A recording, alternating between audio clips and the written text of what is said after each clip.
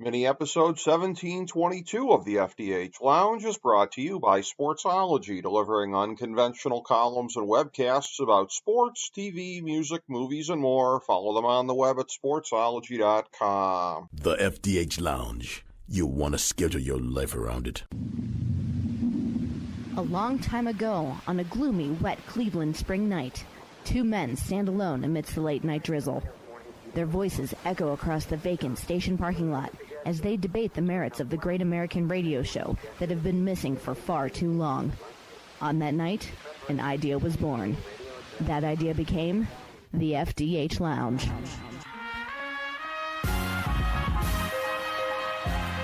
Welcome to the FDH Lounge. Hello, everyone. Welcome to FDH Lounge mini episode 1722. We've got three FDH Lounge original dignitaries coming at you here tonight. Rick Morris, along with Jason Jones and Chris Galloway. Jason Jones, of course, our senior editor, is always our ace of the NFL draft coverage every year. Draft coverage which you will be able to find in the coming days, available on the main page at fantasydrafthealth.com. Pro Football Draftology 2024. Again, with the player rankings, the top overall rankings, whatever, all of that powered by the insights of our senior editor, Jason Jones, who is part of our troika here. I will say outright, at the risk of breaking my arm, patting myself on the back, which I am wont to do, the best damn draft troika that you are going to find anywhere. And hint, hint, perhaps you'll even be able to get some insight from us as the draft is going on this year. Stay tuned for more on that, on how we may possibly be coming at you on draft night. But I'm going to bring in the guys for this. Chris Galloway has been our lead NFL analyst the last couple of years, whether it be the preseason, division by division breakdowns that we do, any of the stuff in season, in the off season. Chris Galloway has been right there for all of this the last couple of years. Always great to have him in for this. This is a staple of our calendar every year, the three of us doing the draft coverage pre and post. Chris, great to have you back in again, buddy. Rick, great to be here. And like you say about the lounge itself, I schedule my life around this episode. That's right. That's right. As everybody should. And somebody else scheduling his life around this as well, Jason Jones from the FDH Western office out there in the Rocky Mountains. Jason, great to have you back in, buddy. So happy to have you here. Yeah, it's always a pleasure. I always look forward to this particular program that we do. Real quick side note, I know, most of us know, they've been doing this for a while, know that you're the hardest working man in new media. But did you just say 1722? Yep. 1722, bro. And of course the 152 that we did at the station, full length episodes prior to that when you guys first came on board.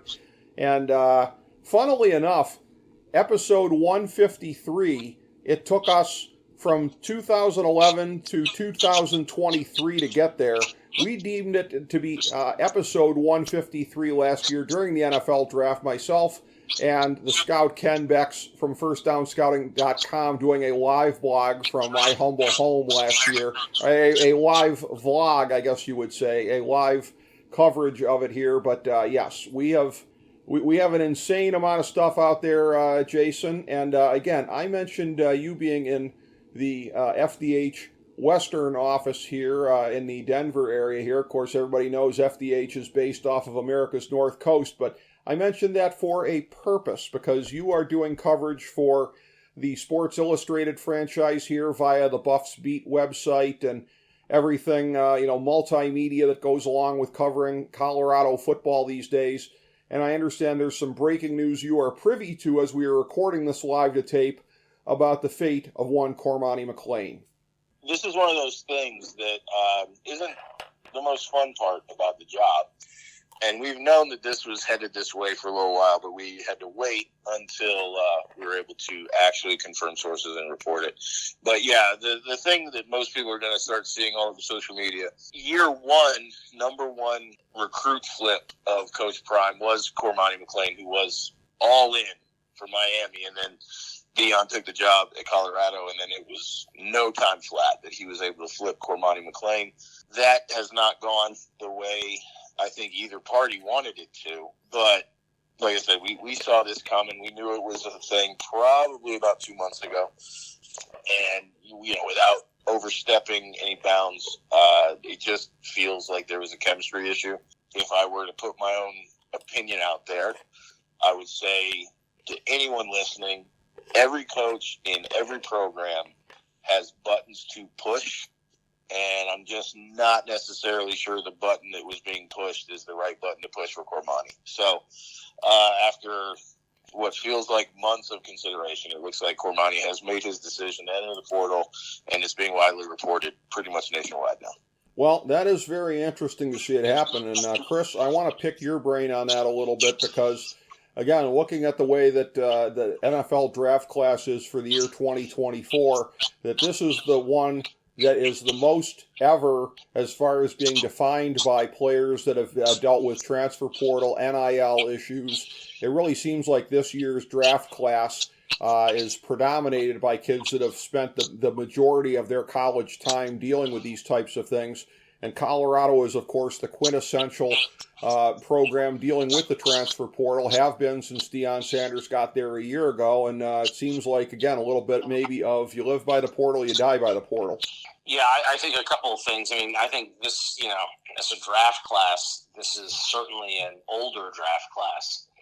And I think we're going to see more of that. I think there's a lot of guys that are going to affect their future stock by moving around once or twice in their collegiate career, which may trigger them to stay a little longer than they anticipated, maybe initially when they were first recruited into college, as well as, what's the effect on the NIL money start to have?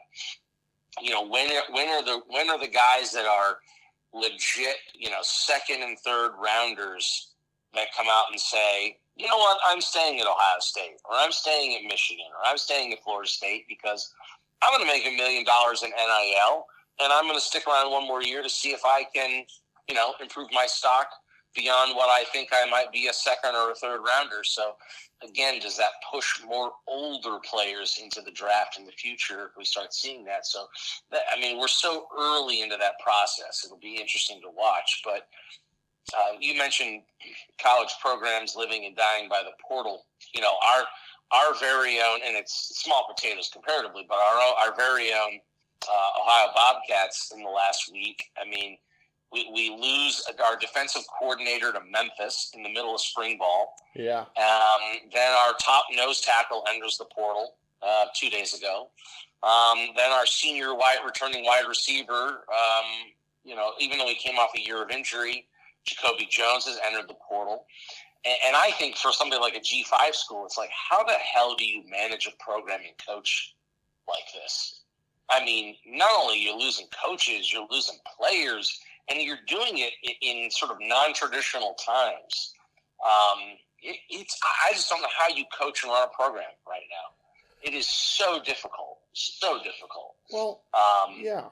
And again, I think we're going to see another. We get through spring ball right now, right? Yeah. How many quarterbacks in Division I are going to go, I'm the fourth or fifth guy at Ohio State, and I'm out of here, right? Yeah. How many of them are entering the portal in different places, for different positions because they don't like where they're sitting in the Big Ten or the SEC? How many of these guys are going to hit the portal next week, after spring ball? I think it's probably a bunch, right? So I don't know. It's very hard to operate, I think, right now as a coach trying to run a program. Well, and then you get the things of like insult to injury. You're talking about our Bobcats. We lost our friggin' quarterback to Indiana. Tell me that's not a slap in the nuts. It's not even like he went to a real school or anything like that. So that's just really demoralizing when you get stuff like that happening. So, in looking at this, I think we lost 3 players to Indiana. Yeah. Well, he was the main one, but you're absolutely right. It was 3 overall. So, this is the climate that these players are coming out of this year into the draft. And again, many years the draft is defined by the caliber of quarterback play. So you go to 2 years ago when it was at a historic nadir when the Squealers stupidly spent, what was it, the 20th overall pick on Kenny Pickett, who was the first quarterback to go. Something that we naysayed in real time and were proven right. This year, this is looking like a draft class that, again, is really set up in a way where you have a couple of guys who can be deemed potential stars in this draft class. You're going to have probably 4-5 guys going in the first round. It could be 6, depending on how it shakes out here. Who wants to take a slot on either the Washington or Oregon QBs here and see if they crack the first round. But in looking at this, it's going to be very interesting. I know that both of you guys are somewhat more down than the average is, more down than the medium on Caleb Williams and what he's going to do for the Bears here. Again, that has been the graveyard of quarterbacks for a long time, albeit with the exception of Justin Fields and maybe a few others. Part of the reason I think it's been the graveyard of quarterbacks is that they haven't always spent high draft picks on them. So he goes there. He's the most talented guy they've drafted in several decades, and being counted on to be the second coming of Sammy Baugh for the Monsters of the Midway. And I'll start with you, Jason, in looking at this here. I know you see him as being more reflective of the overall top quarterbacks of this class as far as having some questions about him than being separate from the rest of the class, the way that folks like myself see him, as that it's him and then everybody else. I know you see him as being more so reflective of where they are with pluses and significant question marks. Yeah, let me be very clear about this. Because I cover Colorado, obviously I'm watching all the Pac-12 games and getting ready to face Caleb in week 5. So I went through and watched a ton of tape. And here's my issue. And I'll start by saying I could not care any less about the stuff that is being talked about on the internet right now about him crying in the stands, painted fingernails, all that. I don't care about any of that. Nothing Didn't even know that. Has anything. Yeah, there's a lot of people out there that are basically taking shots at his character, and I'm not going to do that. But when we look at his tape, and the quick one is, if you just go and watch just highlights, just watch all his real appealing plays, the ones that you're going to see on SportsCenter, and then of all of those plays, count how many times that anything of that was done within the scheme of the offense, and it's less than 10%. So all his big wow moments completely come off script, where he's just running around and slinging it. My other big issue, and this is where it's going to come into play with some of the other prospects we'll talk about, is almost more than anybody else, Caleb Williams does not throw to a man. He throws to an area of grass. And while that has been very successful in college over the years, that's the kind of thing that's going to really come back to bite him if that's where most of his great production comes from. Now, where we can be proven wrong here is if he gets drafted, he goes to Chicago, and they put him in a scheme, and all of a sudden he looks like he's just as good as any system quarterback. That is a possibility, but right now, from the vantage point of talking about prospects and how set they are or how NFL ready they are, I have concerns. Now, we can look at a number of these other players and say, I like what this guy does better and I like what that guy does better. But to echo the initial point here, the thing I want everyone to take away from this draft class is there is not one single quarterback in here that you can't miss. There's not one guy you can look at that says, okay, that's Kate Manning or that's Andrew Luck or something. There isn't one of those guys in this draft class. So you, as the fan or the GM making decisions, got to look at this kind of like they said in draft day. What are the shortcomings, and can we live with them? So if Chicago looks at it and says, yeah, we'll take all the good. We don't care that he's not, pro ready or that maybe he doesn't spend a whole lot of time under center, or he's not going to read through 4 progressions. He's going to read through 2 and run. If they can live with that, then fine. But I'm just saying, as someone that's looking at draft prospects, he isn't this can't-miss, one-in-a-generation thing. And while I hate to put myself in the Merrill Hodge camp, I'm more likely to agree with Merrill Hodge than I am like the Stephen A's and the people that are just saying he's the greatest thing since sliced bread.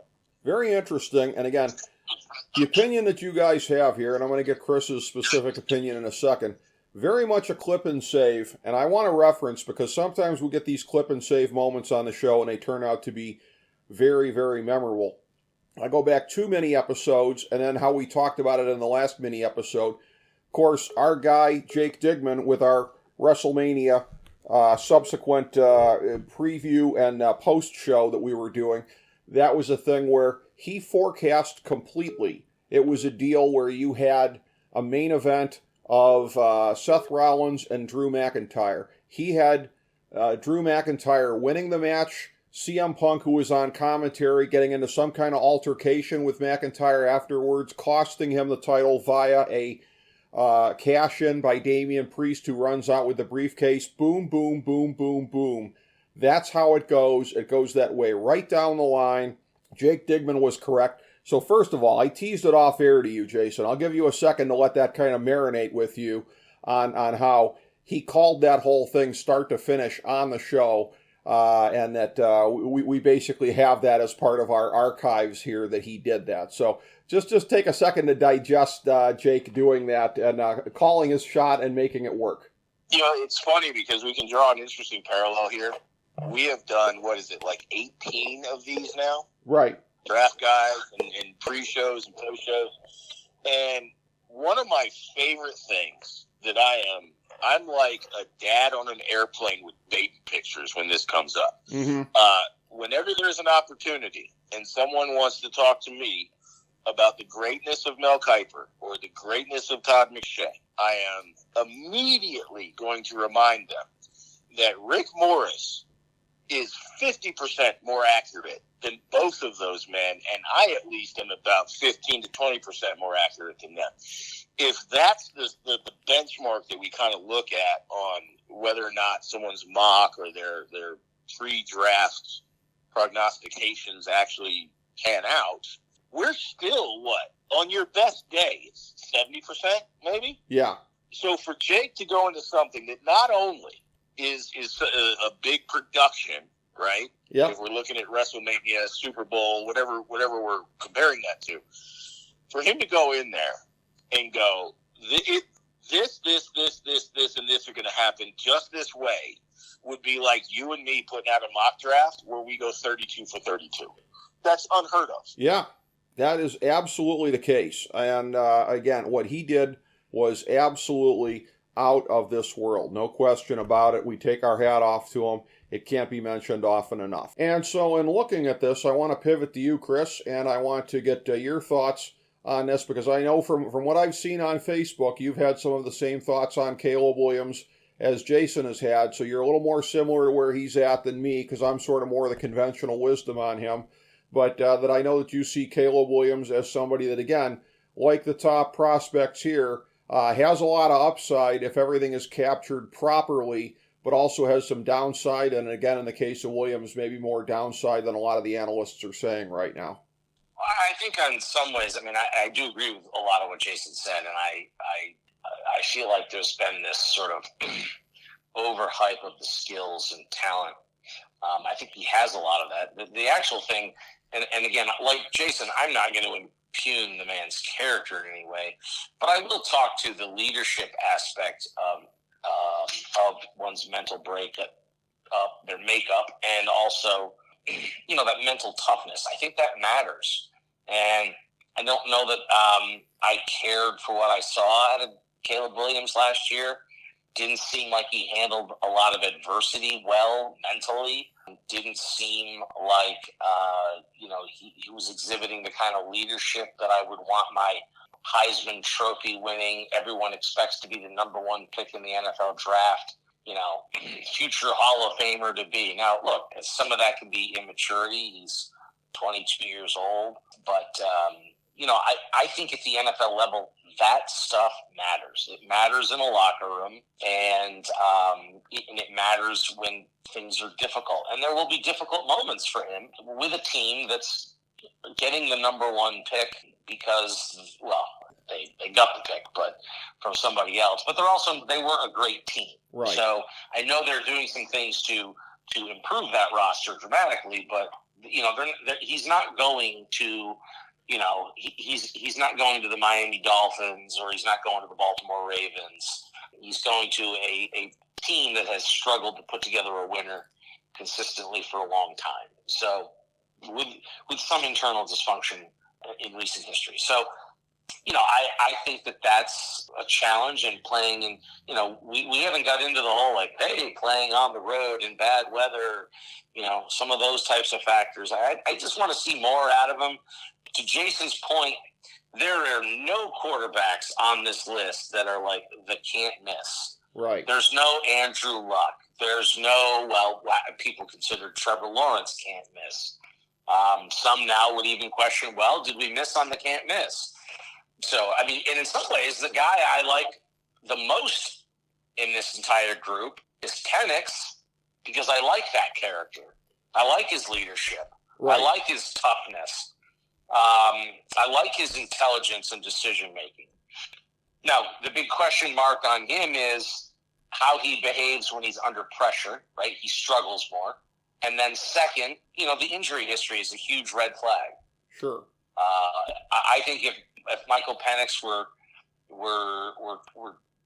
2 years younger and didn't have the injury history at Indiana, we might be talking about him in that manner. Possibly, yeah. And that's the thing where, as you said, there's questions about everybody coming up in here. The one thing, and I talked about this a little bit with you off air, Jason, I sort of questioned the ascent of J.J. McCarthy. The fact that he's going places in mock drafts that you never would have seen even a couple of weeks ago, potentially as high as number 4. Like, is this a silly season phenomenon, as I am starting to suspect? Because I'm always suspicious of anybody that rises or falls too much after the season is done. Because it just feels like we're putting aside all the things we saw at the time that slotted guys at a certain point here. And that, again, and I'm not saying that he's a workout warrior by any stretch of the imagination. He's not the type of player to be a workout warrior. But just, is it a little bit of revisionism setting in with J.J. McCarthy rocketing up the boards? I know you don't think so necessarily. No, my thing with J.J. McCarthy, and I know there's a little bit of putting the head in the lion's mouth here because of where he plays. But on the surface, my initial reaction during the season was he is an adequate quarterback on a stacked roster who isn't asked to do things that, say, a Caleb Williams is asked to do. Mm-hmm. And then we heard Harbaugh. Yeah. As soon as Harbaugh left Michigan, he went on this little media tour about talking about how he could be the best quarterback in the class. He could be the top guy off the board. And we all kind of went, what is Harbaugh on right now? Mm-hmm. And then it got me to go back and watch.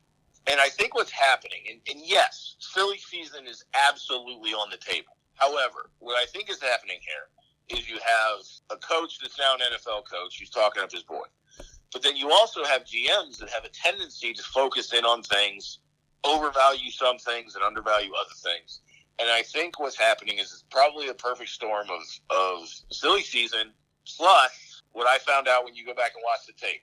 While he's not dominating games, J.J. McCarthy throws into more NFL-sized windows than any of the other, say, top 6 or 7 guys. Mm-hmm. And that could just be a byproduct of the system they run, whatever it is. But Caleb throws guys open. The buzz term people like to say, he's throwing to a space and the receivers are going to it. Penix will hit a guy that's essentially wide open, meaning there's no defender within, say, 3 to 5 yards of him. And all that's great, but then you see McCarthy in the red zone and he'll fit it into a tight end where the window is maybe 18 inches. Mm-hmm. And I have to think that that's got to be a big part of it, is that GMs and these draft people that are flying him up the boards is probably a combination of those two things. Now, that being said, there's also a little sort of draft order math happening. Uh-huh. I don't think anybody is taking JJ ahead of Caleb, Drake May, or the kid at LSU. Oh, Daniels. Daniels. Yeah. He's not getting above that, right? So those 3 are coming off. Right. And then it becomes a question of, are we looking at teams that, yes, need a quarterback, but maybe they're looking at Brock Bowers, tight end. Maybe they're looking at an offensive lineman. And they'll just reach on the guy because they know that they don't love what the crop looks like in the second round. Sure. But no, I don't think that J.J. McCarthy is legitimately like a top 3-4 quarterback, all things considered. I think people are just falling in love with certain factors. Mm-hmm. Yeah, I think that makes a lot of sense. What do you think when you look at this, Chris? A little bit of silly season as far as him skyrocketing up the board, or something else at play? Well, I think he's the guy most likely to slip a little. And by that, I mean, sort of into that 10 to 12 range. Mm-hmm. Because to your point, is everybody really in love with him the way they want us all to believe they are? Mm-hmm. I mean, I've heard stuff that said that the rest of us relate to the game, that NFL scouts and front offices were in love with him, in October. And the rest of us are just playing catch up. Uh-huh. So I guess that's possible. Eye of the beholder. I think to Jason's point, look, these picks always come down to one or two features of a player, right, that they like. Right. With McCarthy, do we get into the hand size? Oh no, right? I don't know. Mm-hmm. I do think that he is the fourth quarterback off the board. I do think that he has the possibility, if somebody doesn't come up like the Giants into that 4 slot, that he's the guy that might fall back to somebody like the Vikings or something if they try to be patient and see if everybody else is bluffing. Mm-hmm. And again, I think there are certain systems and situations that would benefit a guy like McCarthy better, right? Playing indoors, for example, seems to fit his game better. We just saw him like the bowl games and the Natty and other things like that. I think it's something like the Vikings might be a great fit for him. So I to your point, it is silly season. There's always somebody talked up that they're convincing us is going to move up the board, and then maybe doesn't when it's all said and done. And he certainly feels like the guy that we could see in that 10 to 12 range instead of number 3 or number 4. Yeah, I wouldn't be surprised, because I think that would be a sign of sanity kind of setting back in, if that were to be the case. Yeah. One thing I do want to just add in, and we're absolutely all on the same page here. Mm-hmm. No one is talking about JJ being even like a top 5 pick. The question is, does he go 5 or 6, or does he go 10 to 12? And that seems to be basically the range. What I don't want people to take away from this is that we are suggesting that J.J. McCarthy is, the next, number 2 pick who's going to fall on his face. No, he's not going to go 2. He's not going to go 3 or 4. But that 5, 6, and then 10, 12 range is very much in play. And if it all falls apart, he's still going before 20. So the question really is, where in there does he fit? And while some people are saying he's closer to the 4 or 5, I think Galloway and myself are both kind of in that 10 to 12 range is really the sweet spot. Yeah. Well, I mean, I'm seeing some mocks that have him going as high as 4, which I think is absolutely outrageous. That's crazy. It is.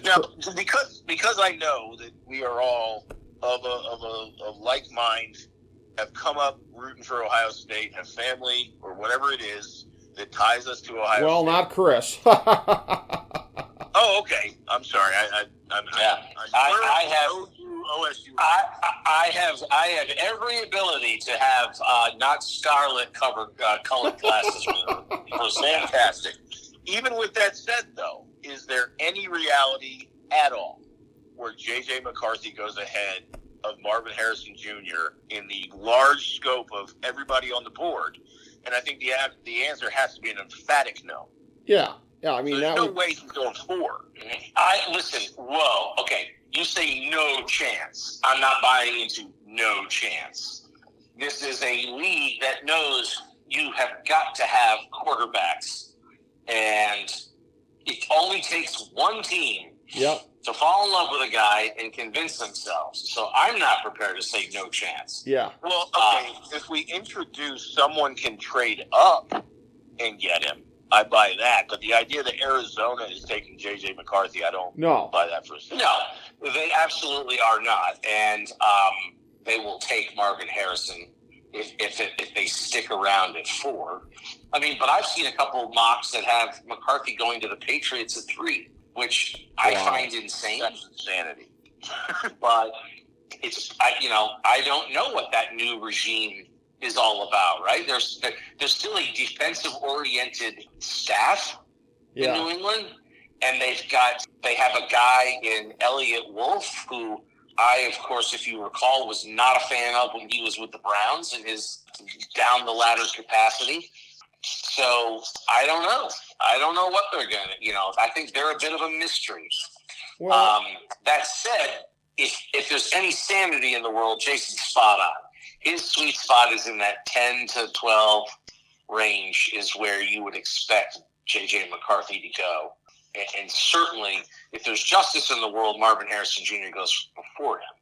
Yeah, absolutely. And this is one of these things where the Patriots, again, same team that talked themselves into Mac Jones in the middle of the first round. So all things are possible as far as them making a horrible decision at quarterback. But yeah, Marvin Harrison absolutely should be the first non-quarterback off the board, heading up yet another great wide receiving class. We went a long time without that being the case, but 10 years ago, 2014, that was a big-time class, even though the guy that we all thought was the biggest gimme in the whole draft class, Sammy Watkins, has never even become a star player. This time around, it should be different because Marvin Harrison Jr., again, from the genes to the physical ability all the way on down, the biggest sure thing to come out at wide receiver in many years. Some would say perhaps since even Megatron. But looking at this also, too, Jason, to give a little bit of a sneak preview for Pro Football Draftology 2024 to be available on the main page on FantasyDraftHelp.com within days of when this goes up. Rome Odunze being number 2. I'm a big fan of you putting him there because I'm a big fan of that guy. I think he is the second best wide receiving prospect with all due respect to Malik Neighbors. And you go on down the line here. I know you're a proponent also of Xavier Worthy and some of the other guys in here. So it's an excellent wide receiving class, much along the lines of what we've been getting for the better part of the last decade. We are living in the golden era of wide receiver classes, and this year is no different. Yeah, and it's not going to change anytime soon either. The Rome Odunze is a take that's sort of the hill I'm willing to die on. I absolutely agree. I think he is without question. If Marvin Harrison isn't in the fold, I think he's the number one. He's the closest thing to a typical NFL prototype. Now, Neighbors is quick and shifty and is going to make plays in space, and that's great. But if I'm looking at him in a vacuum side by side, there's just so much that I like about Rome that I just had to have him above Neighbors. And then, for me, that's kind of where the tier break is after those three. And then, really, the next few, you can't really – there's not a bad pick with the next few. Xavier Worthy I like. I just wish he ran just a little faster because he looks like he plays a little faster. Kieran Coleman's nice. Leggett is a really intriguing prospect at 6'4" with some speed. Mitchell in Texas, I really like what Texas is doing as far as prospects go. They seem to have a few spots where they have, two wide receivers and two defensive tackles and a linebacker. So Texas has got some nice contributions. This one hurts me to say, and this is getting into my bias.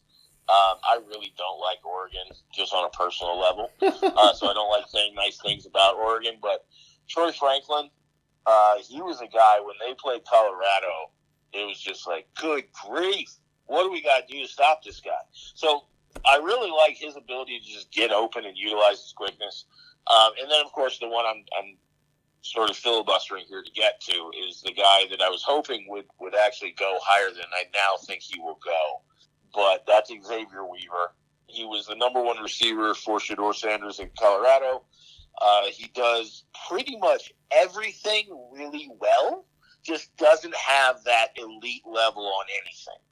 So he will most likely be late day 2, day 3 kind of guy, but at 6 foot, quick, shifty, runs clean routes, has good hands. If you're just looking at things, he's one of those guys you kind of like. I just think there's too many guys ahead of him, and the way the draft will fall, obviously we're going to talk about D tackles and linebackers and corners and offensive linemen, and at some point these guys start to slide. So I really like him. I think he's a great kid. I've talked to him a bunch of times. We even had a thing on the field where I'd walk on the field and be like, hey, we get 200 a day? And so he's a good kid. And I really hope he finds a good landing spot. I think in a year or 2 or 3, he could be very productive. But as far as draft prospects, I can't get crazy on the Colorado stuff till next year. And then another name that really is getting talked about, I just think we're being a little too harsh on the kid, and that's Brendan Rice. Everyone's kind of got him as like a late day 2, day 3 kind of guy. And while I don't disagree with that, I think that he's a pick you look at and say, kind of like Marvin Harrison, but the diet version. You're like, there's so many things I like about the makeup of this kid that you can't look at him like he's just what you see. He's going to become probably a better pro than he was a college player, which is what you want. But yeah, whether it's this year, last year, next year, wide receiver is going to be the sweet spot for quite a while. And next year is going to be filthy. And if I may insert my Colorado bias here, there's going to be some GMs that got to make a very important decision about one player in particular. And I'm here to tell all of them and anybody listening, if you are in the camp that Travis Hunter has to play wide receiver or cornerback, you are failing yourself. And you do not know what you're looking at. But he's just the top of the list. We're going to have a number of guys, 10, 15, 20 guys next year that you look at and go, all of them look like future NFL players. Yeah, and again, Shohei Ohtani has proven that you can go on both sides of the ball, right? So that's a thing where now hopefully the gentleman from Colorado doesn't have the same gambling type issues as Shohei Ohtani. There it is, allegedly. There's no way Rick is dropping Ohtani and just leaving it at that. Yeah, exactly. You saw that ephus ball coming towards the plate at 45 miles an hour. But yes, that was there for a reason. And again, this wide receiver class, you even look at guys like Ladd McConkey out of Georgia, who, again, would be going much higher. I think we're the class not as deep as it is. So, Chris, again, this is something that you and I have talked about extensively here, the fact that we are in the golden age of wide receivers in the NFL, and this is just going to be one more incredible influx to what we've got. Well, it's really a function of 7-on-7 football. Mm-hmm. Quarterback camps. These kids are young. They're developing early with these quarterbacks and these wide open passing systems. We're just right now at a much younger age developing wide receivers in a way we never have in history. And so, to Jason's point, next year, I love this class this year. It's deep. Next year is going to be outstanding as well. I haven't bothered to get beyond some of the high points of next year, but, I'm sure there's not going to be a drop-off. Most of this draft, I don't really feel like this is a very deep draft overall. It seems like the real value is, through rounds 5, and I don't really like much after that, except for wide receiver. I do love this wide receiver class. It's deep and it's a mile wide. And so, to your point, I mean, there's guys out there that there's all these traits you love about them. And again, coming out of college, everybody's got a question mark, right? Xavier Worthy, it's some of the drops. Ricky Pearsall out of Florida, it's the age. Do you want, are you a team that has guardrails on age like we believe the Browns do? Because he's a guy that I would love to see the Browns go and grab in that second round if he's on the board, because I think he's exactly the kind of wide receiver the Browns lack. The sort of do anything, get open at all costs, and win the football at the point of catch. I love that kid. I think he's going to be a real stud in the NFL. Everything else aside, I have Harrison number 1, but I got to tell you, I love Rome Odunze, but I've got Malik Neighbors slightly ahead of him just because of speed and hand size. And when you get to the NFL with a larger ball, I am a believer in hand size on catching. And when you combine that with his separation and route running and his speed, I think Neighbors is going to be a real star. His teammate Brian Thomas is half a step behind. Those two guys, Speed-wise, Thomas is faster. But, those two guys are both going to be stars, I think. LSU, with two more in the league. Keon Coleman out of Florida State, another guy I really do like. Although his hands are a little small, that would be one of those concerns for me. But there's guys, even North Carolina's kid, the transfer from Kent State, Devontae Walker, he only got like part of a season in Chapel Hill playing with May. He missed camp because of all that arguing with the NCAA over whether he could transfer and be eligible and everything. But you look at his intangibles, for a guy like Walker, his size, his speed. He ran a 4.36. I don't know. I think a guy like that, with a long arm, we got longer than average arms. That's a guy that, could go third round and really become a star. Little concerns on drops. We saw, I think, in the Senior Bowl with him, hey, you might want to catch a ball this week. So I am reminded of some of those Tar Heel receivers in the past that suddenly forgot how to catch a Greg Little. But he certainly he didn't see. Yeah, right. Greg Little, exactly right. Bingo. You knew exactly who I was referring to. Yes. Mr. Hands of Stone. But the thing about it is, a lot like Walker, Little didn't have drop issues in college, right? Neither did Walker. And Little got in the pros and couldn't catch a thing. So, what happens there, I don't know. But yeah, I love this class. I think there's guys up and down the list who could, really end up making a name for themselves. Especially if they end up in the right system with the right coaching. So, I like Neighbors and I like Thomas. I like the two LSU kids a lot. And then obviously for our Browns, Pearsall is a favorite of mine. I think he's exactly the kind of thing that we're missing on that Browns receiving core. That obviously would mean he's a slot guy. The Browns would have to make a hard decision on Moore and Bell and probably it'd be a numbers thing. One of those guys would have to be gone if you were going to have Pearsall draft him and put him on the roster. That remains to be seen, but he's a guy I really like. Well, a guy that they're not going to take because they wouldn't have the need for it. This is a draft where you have a real standout tight end in Brack Bowers, the likes of which you don't often see in the drafts here. So what I want to do is I want to talk best of the rest offensively here at the different positions. Offensive tackle, this is an outstanding draft in that the two guys that are going to be going in the top 10, Olu and Alt, respectively, from Penn State and Notre Dame. You've got them really factoring in there. Again, a draft that is really, really, really strong at offensive tackle, pretty good at tight end and center and guard. Running back, that position exists basically.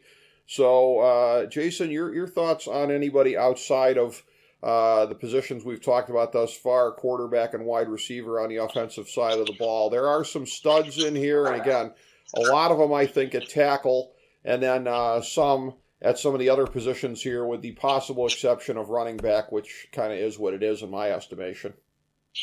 Yeah, running back is interesting, especially this year, because it's not like there aren't backs that we don't like. There just aren't backs that feel like game changers, which is pretty much the only thing that gets a running back in the top 15. Mm-hmm. That being said, I do have one name that I'm absolutely in love with, and probably for all the wrong reasons. And that is Audric. What's his name? Audric Estime. Mm-hmm. Is that right? Yeah. From Notre Dame. 5'11", almost 230. Real aggressive runner. One cut downhill. No nonsense. If I'm to put on the Browns fan hat, I would love to find that he is there in the third. I don't think that he will be, but that's a scenario that I could say, okay, I like it. I don't love it. But he's after Corum, he's the only running back that really impresses me. Benson and Brooks will do well. I like Bucky Irving, but not that high. And then when we get to offensive line, before I get there, tight end. Brock Bowers could be like the best tight end prospect in 10 years. Yeah. Like, he's that good at literally. What I was saying about Weaver, it's the opposite with Brockers. He is great at everything. My problem is if you can't get him, I think you're waiting till like the third round to even consider tight end. Right. So there's nobody outside of him that really blows me away. Now, if we're looking for sleepers late, a guy that I really like, and again, this is biased because I watched him play live and in person on the field, but that is Dallin Holker from Colorado State. I knew you were going to say him. I knew it. He's got kind of like this big Dallas Clark vibe to him. Like, he almost looks like he could just be a big receiver, or he could be a tight end. But also, there have been some times in games where you watch him block and you go, good grief.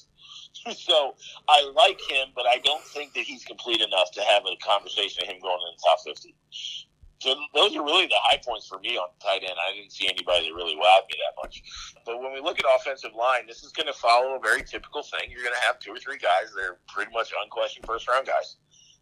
And the third of which, inserting bias again, is Fatanu from Washington.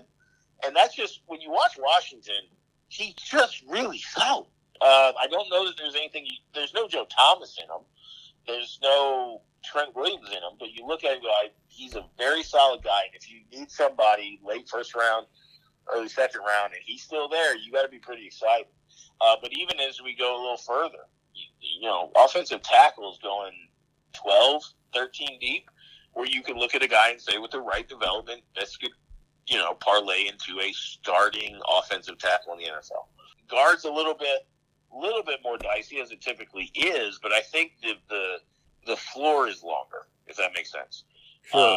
I think you could be looking at guards in the 4th and 5th round and still get good guys. Yeah. So I definitely do like the offensive line just in general. There are a couple of centers that are really nice, and then the bottom falls out. But by and large, if you're a team that needs an offensive lineman, you look at this draft class and you do not feel like you have to get that guy in the top 10. Right. If you're there, fantastic. Get the guy you want.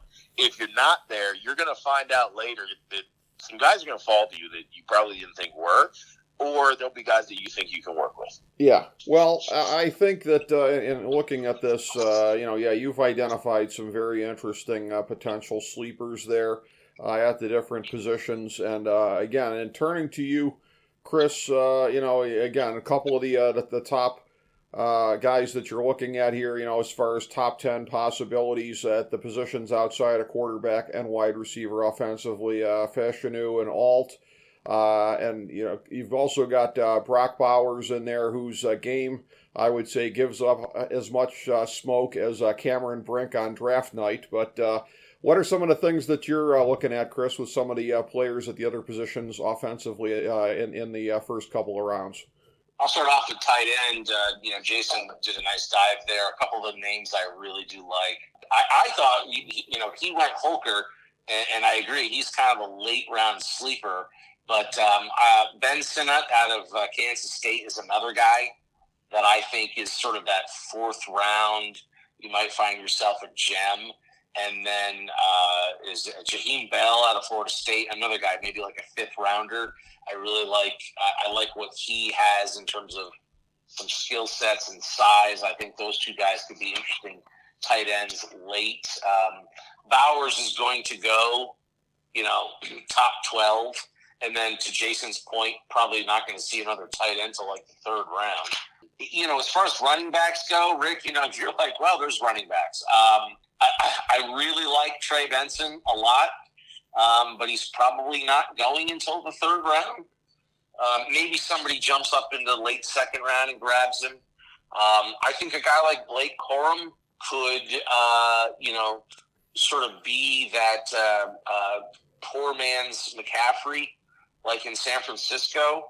Okay. I think he has those sort of tendencies, and and even a guy like a Will Shipley out of Clemson, could be a 4th or 5th rounder that you could end up, getting some real good service out of for 4 or 5 years. So, I mean, there's some guys there that can certainly play. and a few names to keep an eye out for. I mean, even a guy like Frank Gore Jr., right? I mean, his father was an Iron Man, and people kind of have him as a late, maybe a seventh rounder, an undrafted free agent. So there's some talent out there, but a lot of it is admittedly somewhat interchangeable. And to your point, there is some good talent on offensive line, especially at the offensive tackle position this year. It's deep. And, the first guy off the board is going to be Joe Alt. I think we all know the Titans are going to pick him. They seem like they are locked in to take Alt. And I can understand why, right? Like, he's not Joe Thomas, but he's a guy that's going to be a top, he's going to be he's going to be like the 14th, 15th best tackle in the league, and totally serviceable for 8 years or so. And so why wouldn't you take that guy? You need to protect your quarterback assets, and you won't go wrong with him. I wouldn't be shocked when we talk about the Browns. Everyone's kind of looking at defensive tackle and all these other things, wide receiver. Don't be shocked if the Browns go offensive tackle with that first pick. I know that, they just shipped one off, Watson, to the Titans, ironically. They're going to have to do something with that right tackle situation. I don't care what they say. There's no way they can believe in Jed Wills at this point. I know they picked up the option. We got him again this year, but he hasn't shown us enough. So don't be shocked if the Browns in the second or third round don't go and pick up a tackle like the kid out of Yale, maybe somebody like Guyton out of Oklahoma if he was still around in the second round. Certainly the kid out of the BYU if he was around in the second round. So there's some real options there, and somebody like the Browns could go in that kind of direction just from a depth standpoint. I haven't really honestly studied the center positions all that much. I know, there's a couple top guys there in the kid out of Duke and the kid out of Oregon. I think there's a couple guys that can go. That's like a first and a second round, and then you're looking at kind of like a center every round. I think kind of class, and so if you're not getting one of those top couple, there's probably not a lot there worth drafting versus just waiting out for an undrafted free agent. So anyway, there's some good talent there. The guards, again, I think the guard positions there's more of there's a handful in that sort of second, third round. The kid out of Washington, Fontenot, he's a first rounder. Everybody else is kind of a second round, third round. And so there's not, I don't think, quite the talent at the guard level that there is at the tackle level this year. So that'll play out differently as the draft rolls along. But, look, like I said, I think this is a draft that's a little top heavy mostly. And then, you're really, and the depth isn't there in a lot of positions like guard and center. And I think you're really going to have to rely heavily on your scouts in those late rounds. Yeah, I think so. And a couple things that you said there. One, I will forego the low-hanging fruit of the joke that the Browns traded the wrong Watson. But I will go back to something else that you said here when you made some kind of even potential comparison with Blake Corum to Christian McCaffrey. And I will make a reference that FDH Lounge dignitary John Adams will certainly pop for when he listens to this. And that is that looking at Blake Corum's reported time of a 4.55 in the 40, I would say Christian McCaffrey could beat that, Chris, if he was wearing a pair of Christian Louboutins to run his 40. I think Corum's the guy that plays faster than what you saw in that tape on his 40 time. Okay. We see guys like that all the time. All right. So, we'll see. I said poor man's. Okay. And right. I said it in a way of his ability to do different things. Okay. All right. So that 4.55 40, in other words, you're saying is fake news. So, okay. Runs faster than that. Hey, Emmitt Smith ran a 4.5, so, listen, there's plenty of guys out there that can run a 4.5 and still do really well in this league. Yeah, well, I could have cut the career. Didn't our beloved Nick, didn't Nick Chubb run like a 4.46 or something? It wasn't like he was that fast. He's also not. He gets out into an open field, and suddenly guys just don't seem to be able to catch him. Chris, he's also not 5'8" like Blake Corum, though, so it's not an apples-to-apples comparison. So, I understand. I understand. If you're a short guy and you're not all that fast, it's kind of like, what are you doing here? But I think he could you could be the all-time leading rusher in the NFL like Emmitt Smith, short and slow, according to you. Well, yeah, exactly. I mean, any one of us could have run for those yards behind that offensive line. Let's be perfectly blunt about this. The fact that some people think he was better than Barry Sanders just shows you how many stupid people there are in this world. But as far as it goes here, defensively, we're looking at a thing where a little bit top-heavy positionally, I would say. Defensive end, cornerback, outstanding depth and, top-end talent at those positions here. Good positions, I would say. You're looking at probably defensive tackle, safety. I've got the outside linebackers as being kind of average overall. Inside linebackers being kind of poor, but it's kind of rare to get a great inside linebacker class anyways. So I'll turn to you for the defensive side of the ball, Jason, of who are some of the guys that are really jumping out at you this year. Okay, so yeah, I agree completely where it's top-heavy and where the concentration of talent is. Specifically, if we start on the line, we're going to see a few guys go early. Dallas Turner, Jared Verse, Laiatu Latu from UCLA. But then, again, you're still going to have really quality prospects in that second round. Now, we get the defensive tackle, it's even more top-heavy. I like maybe the top 3 or 4 a lot. And then it starts to wane ever so slightly, but still there's value there. Nose tackle, not a great draft for that. Hopefully your team doesn't need a big 2-gap plug in the middle, because this just may not be the year for that.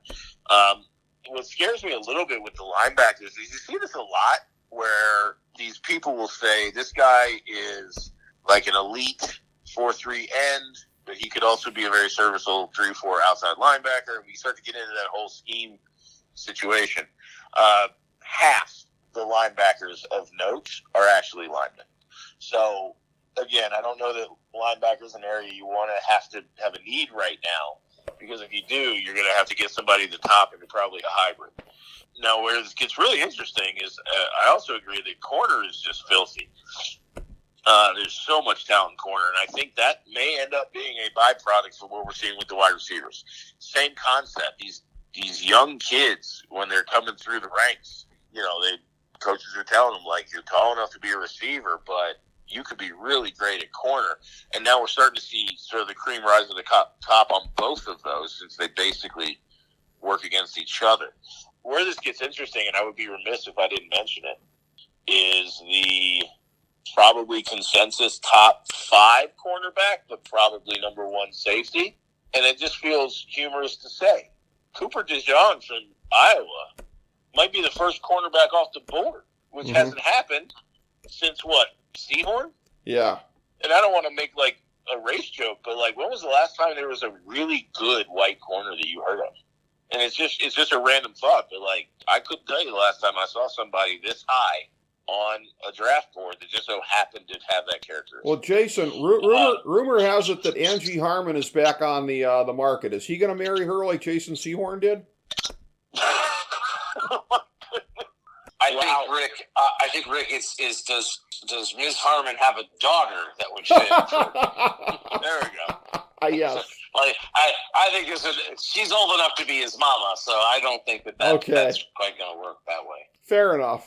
Now, circling back around, not putting a round on it, but just saying, let's say in the top 50, I mean, there are 10 to 12 corners that are in that conversation. Maybe only 3 or 4 safeties, but as far as corner goes, if you're one of those teams like a Cleveland Browns where you don't have a first-round pick, and that's what you need, and you're worried that it's going to get overpicked by the time it comes to you. That may not be the case. You might be looking at like the fifth or sixth best corner, but you may also, in that same thought, think that's a guy that I project as being a starter, and maybe not right away, but sooner rather than later. So again, defensive backs, it may not be a wealth of riches, but there's plenty of talent there, and we could be looking at third, fourth round and still be drafting potential starters at that point. Mm-hmm. Well, there's a lot of talent, like you said, particularly, cornerback is, super strong to be sure. And, again, Chris, as noted previously, cornerback and defensive end, the edge rushers, you got a lot of them, and you got a lot of great ones in this draft here. But again, to your point that you keep making, that the depth at some of the other positions maybe not as great here. So in this draft, and this has been, I think, one of the recurring themes of our discussion as we're recording this live to tape here tonight, is that you got to get your explosive players where you can get them. And at most positions, you can't count on waiting to get somebody third, fourth, fifth, sixth round. No, that's right. And I think to piggyback on what Jason was just talking about with the cornerbacks, I mean, I can guarantee you that Andrew Berry is eyeing a guy like Cameron Richardson out of Mississippi State, who most people think is a fourth or fifth round prospect.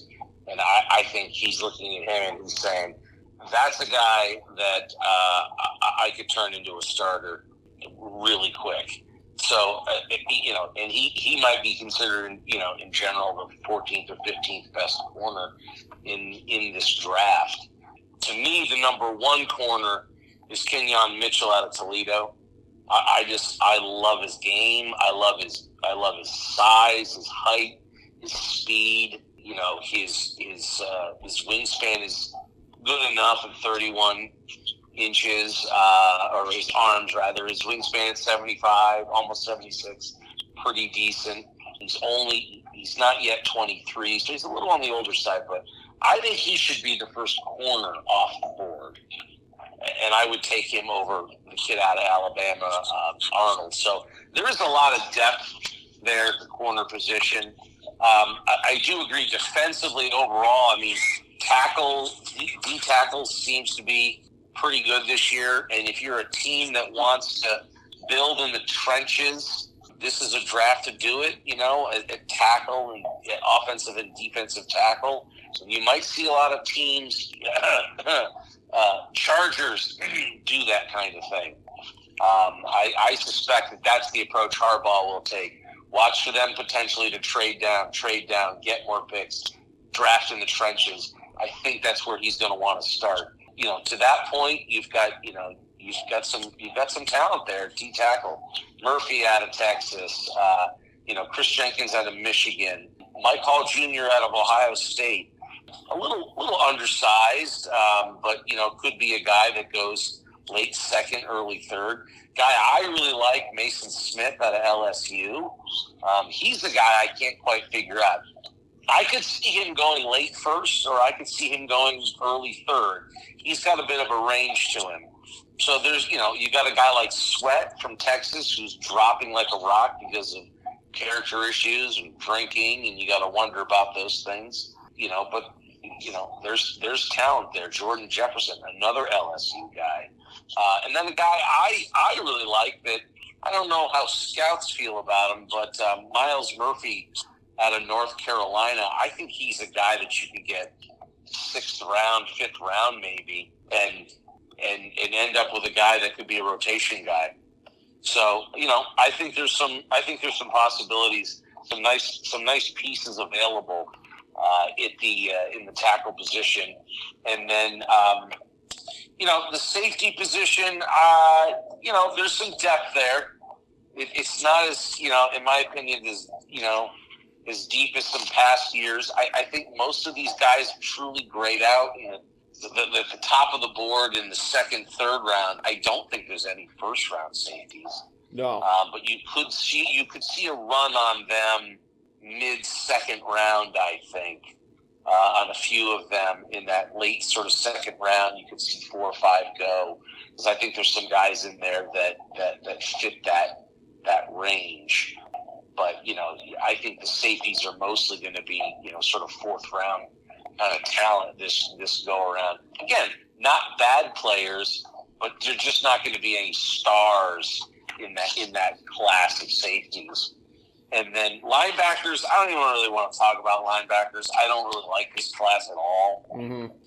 Even out of place. I mean, there's a couple guys I like, Jeremiah Trotter out of Clemson. But again, you're getting a guy like that in the fourth round. There's some intriguing pieces. But again, they're going to be later that you might want to take a flyer on. But there's, other than a guy like Edgerrin Cooper out of Texas A&M who has some really intriguing upside, you're not taking in first round. He's late second round type of pick. So again, linebackers, it's not very deep. There's not a lot, it's mid-round type selections, I think, so it's not going to be a premium pick. And look, teams are starting to devalue linebacker like they do running back. So, what's the future of that position? That certainly remains to be seen. The edge rushers, look, I'm not as high on some of these edge guys as others are in this class. I don't think there's any real great elite guys. And I mean that even like Dallas Turner, or a guy like Latu out of UCLA. Or Jared Verse. He's not elite? I know. I think Verse is elite. And I mean, they're going to go first round. There's elite in my mind, and then there's elite that I look at and say, that guy is going to be outstanding. Now, hey, did any of us guess that a guy like T.J. Watt was going to be? No, right? But this class isn't doing a lot for me. Time will tell. Okay. Well, when you look at, again, some of the positions in the draft that aren't as thin, again, as we've said, cornerback being one of them, the fact that and this looks like a little bit of silly season to me, the fact that I'm seeing Kool-Aid McKinstry potentially sliding to the second round, that just shows you the incredible depth of that draft class for a guy that I was consistently seeing top 10, top 15 overall for much of the last year. And again, if he goes in that range, it should still surprise nobody because of what he can bring to bear. So I'll start bringing this all the way around with you, Jason, just to see any other thoughts, any notes that you have on anything that we didn't cover yet about the draft class of 2024. Yeah, I just want to circle back to one thing in particular. Chris may have been a little light on this one. Quinion Mitchell from Toledo, literally, if we were to do this as with tiers in it, it would be him, a big tier break, and then everybody else. Okay. There are still people that are talking about Terrion Arnold from Alabama and the 1A and 1B. I actually think it's going to be the kid from Toledo will go first, and then not like a whole round, but there will be a few picks before we even see another corner. So I absolutely love his game. And to Chris's point on the pass rushers, I'm again lockstep. I think I may be a little higher on Turner, but we'll see, because if last year was any indication, if you recall last year's hot take, is that the guy that went 2 or 3 technically, I guess it was, Will Anderson. Yeah. Will Anderson. I have a problem with drafting a guy who is a hand in the dirt player on the line when he is under 250 pounds.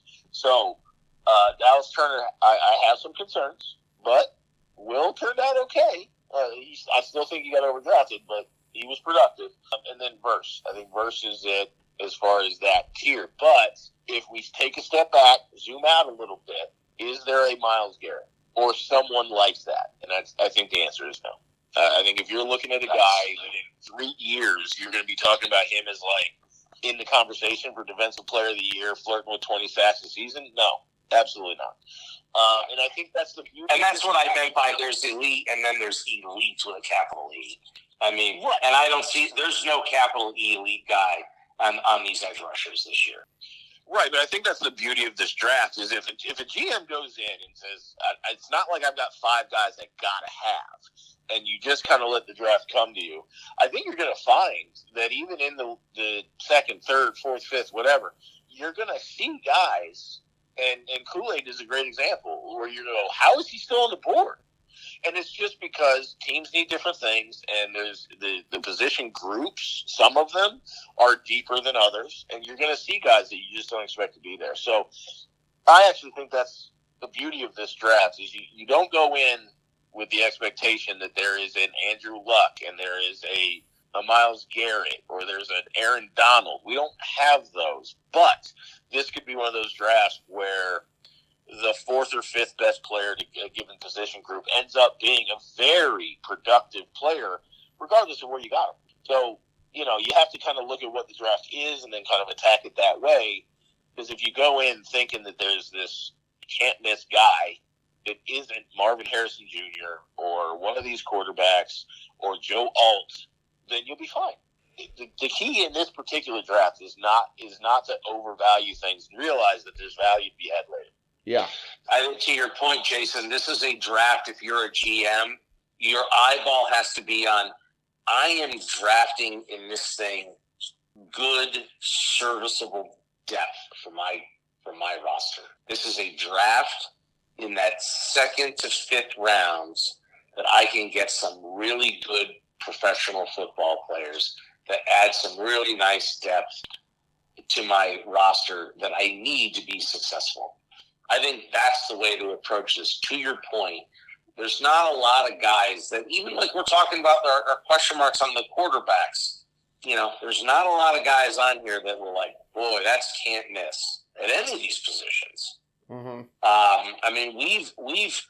Other than maybe the wide receivers that we've talked about at the top of that board, that sort of top 10, I think there's a lot of question marks all over the place. But there are good football players in this draft at every round that can be had. And if you're not going to overdraft or reach, you can do really well in terms of building depth for your roster.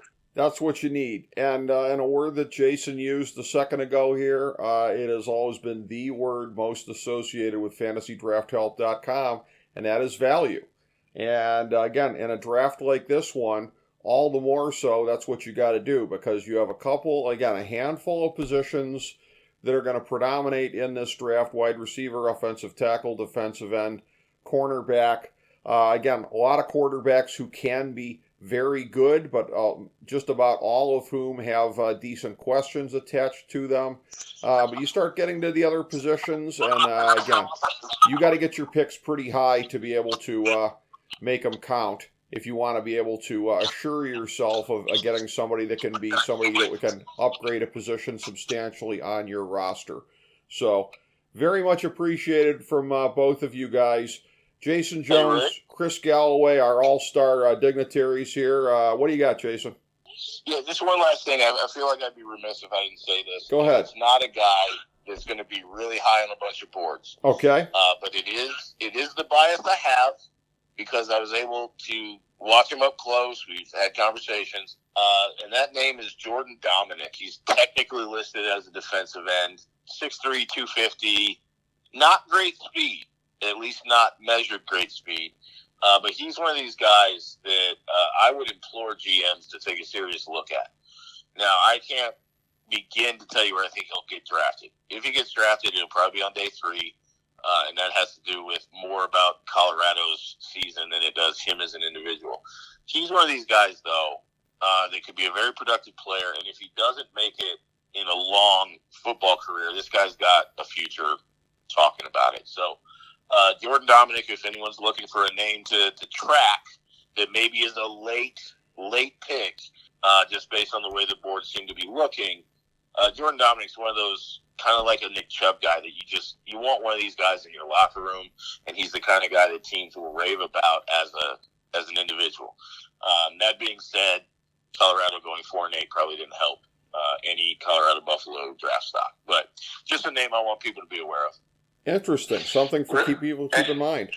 And Rick, it's not going to be a draft show if I don't annoy Jason with the Homer Bobcat pick. Okay. We almost made it. Nope, not going to do it. I'm not letting you get away. I don't think he gets drafted. Maybe 7th round or something if he does. But if he doesn't get drafted, I want to implore Andrew Berry to sign him as an undrafted free agent. Sam Wiglis, formerly of the Ohio State University, late of Ohio University, participated in the Ohio State Pro Day, a Brecksville, Broadview Heights B, where he played his high school ball, a lifelong Cleveland Browns fan. His parents are sweet and wonderful, sat next to them at the San Diego State game. Great kid, great possession receiver. You know, he's the kind of kid you want in your locker room, to what Jason just said. We know that from the Ohio State guys. Those guys are all going to the NFL, and they love Sam Wiglis. They would repeatedly talk about how he was one of the hardest practicing, best guys in that room. The coaches loved him. The players loved him. So much so that when Ohio State wasn't playing, they would come down on Maction games, and those receivers would come down to Athens and watch Sam play. So Andrew Berry, if someone doesn't take him in the 7th round, sign him as an undrafted free agent. Let the kid have a shot at his dream of playing for the Browns. Well, may I say, it's very heartwarming to always have time on a draft show here to put over somebody from the Harvard on the Hocking. And that takes me back to, I'll bring this thing all the way around here tonight with a memory from the old Sports Talk Network, circa 2006 or so, doing a show with Jason. We're talking about the Browns, and Jason asks me who my favorite player on the Browns was presently. And to the answer that I gave him, Jason exasperatedly came back at me with, "You can't say the punter just because he went to your school." So, in fact, you can. yeah. And on that team, Dave Zastill might have been the best player and worthy of that choice. Very possibly, yes. Thinking back to that era of the Browns, no question about it. So, but again, Side note, Rick, my first public player interview ever, Zastill. Okay, well there you go. For whatever it's worth. getting to interview a class young man there, definitely. But that takes us back. And not so young anymore, right? Yeah. Well, true. And he's living back in Cleveland in Bay Village, or where, over on that west side. So he's come home and he remains a Browns fan. Yes. And a hell of an all-around good guy. Yes, he certainly is. And again, when you're talking about all around, I'll use the word great. That would be this draft panel that we've been doing for years and years and years. Jason Jones, Chris Galloway, and yours truly, Rick Morris, coming at you for our NFL draft preview. We will, as we have always done, reconvene after the draft is done and see how everything shook out. Gentlemen, I thank you both so much for your time. This was awesome as always, and thank you everybody for checking out FDH Lounge mini episode 1722.